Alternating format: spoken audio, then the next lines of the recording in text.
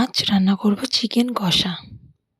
তার জন্য প্রথমে কড়াইতে সর্ষের তেলের মধ্যে তেজপাতা, এলাচ, গোটা শুকনো লঙ্কা দিয়ে কিছুক্ষণ নেড়ে একটা সুন্দর স্মেল বেরোলে তারপরে তাতে পেঁয়াজ কুচি দিয়ে হালকা লাল লাল করে ভেজে নেব।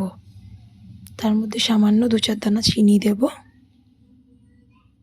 দিয়ে একটু নেড়েচেড়ে নিয়ে আগে থেকে নুন হলুদ দিয়ে মাখিয়ে রাখা চিকেনগুলোকে দিয়ে ভালো করে নেড়েচেড়ে নেব কিছুক্ষণ।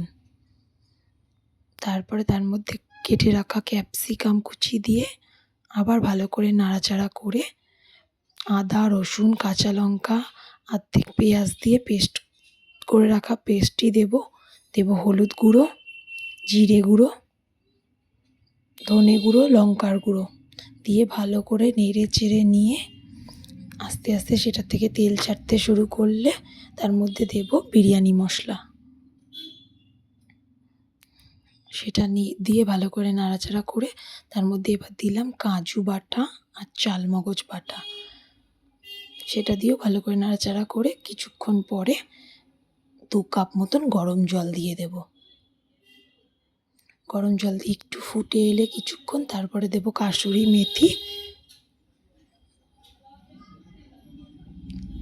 কাসুরি মেথি দিয়ে কিছুক্ষণ ফুটতে দেব। ফুটে গেলেই রেডি ভিন্ন স্বাদের চিকেন কষা।